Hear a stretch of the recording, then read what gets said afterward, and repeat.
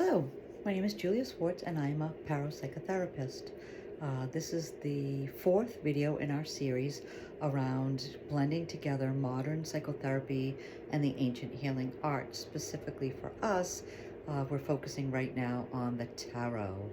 Today we're going to focus on the threes. So the twos were about partnership, and now we're moving from the one, focusing on yourself, to the partnership, three, moving into action. For me, the number three really represents the first cycle in the tarot. In numerology, things go in threes, and the first cycle is the 1, 2, 3. So this is about moving forward with action around the suit cards. So we'll dig in a little bit more around that. So to start, the Three of Pentacles shows a celebration. Sometimes this card is referred to as the shower card, and we see Venus and we see Cancer there as the astrological signs. And so this card is about a celebration, about emotional celebrations. So remember, cups are connected to water, and water is our emotions. So this is a joyful card, a celebration card, a coming together card, being showered with gifts. It could be a baby shower. It could be a wedding shower. It's those positive, wonderful feelings when things relative to our emotions come to fruition. It's a great, wonderful card. The next card we'll look at is the Three of Pentacles. And this card is about teamwork and coming together to get something done. This card shows us Capricorn and Mars. So Mars is action-oriented, and Capricorn really is the sign of work. That goat that goes from the bottom of the mountain, taking its steps all the way to the top of the things that it wants to enjoy. So Pentacles and Capricorn are very comfortable with each other. And this is a card of sometimes representing apprenticeship or working for and towards something, and then taking the next step relative to work or something that we're looking toward achieving or moving forward. All of the threes have positive connotations, and depending on how the Three of Swords shows up, it can have us look at other things in life. And so the Three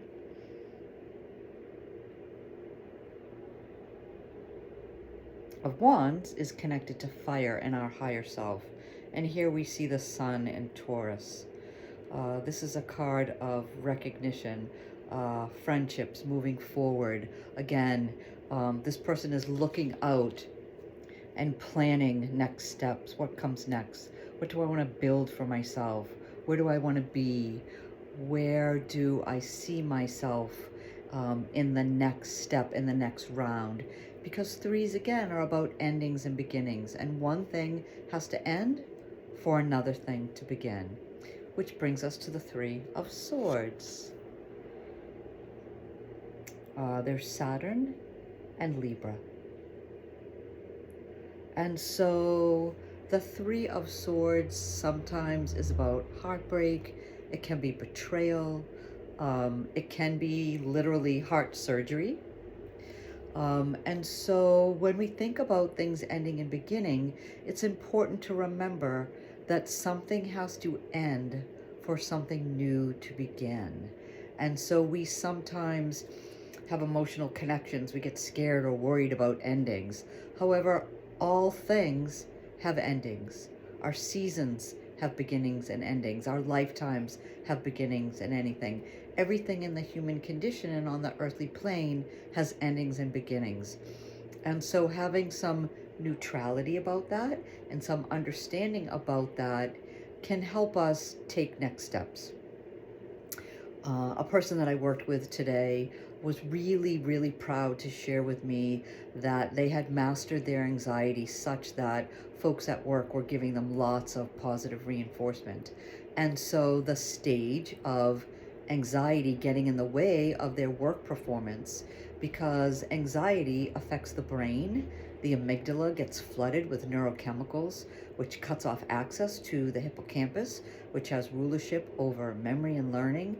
It also cuts off access to our prefrontal cortex, which has access to what's called executive functioning, thinking about the future, goals, objectives.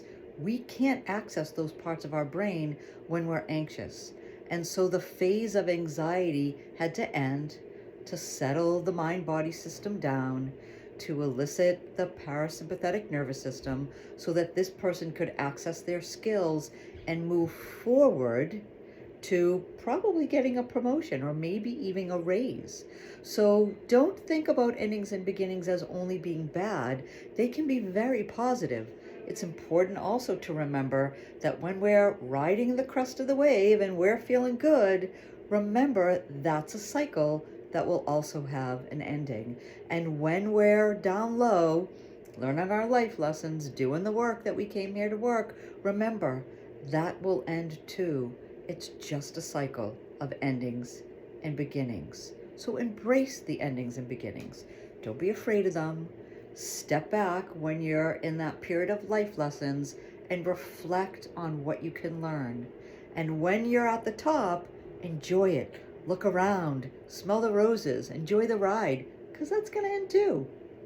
So hopefully you'll think a little bit more about endings and beginnings when you think about the number 3.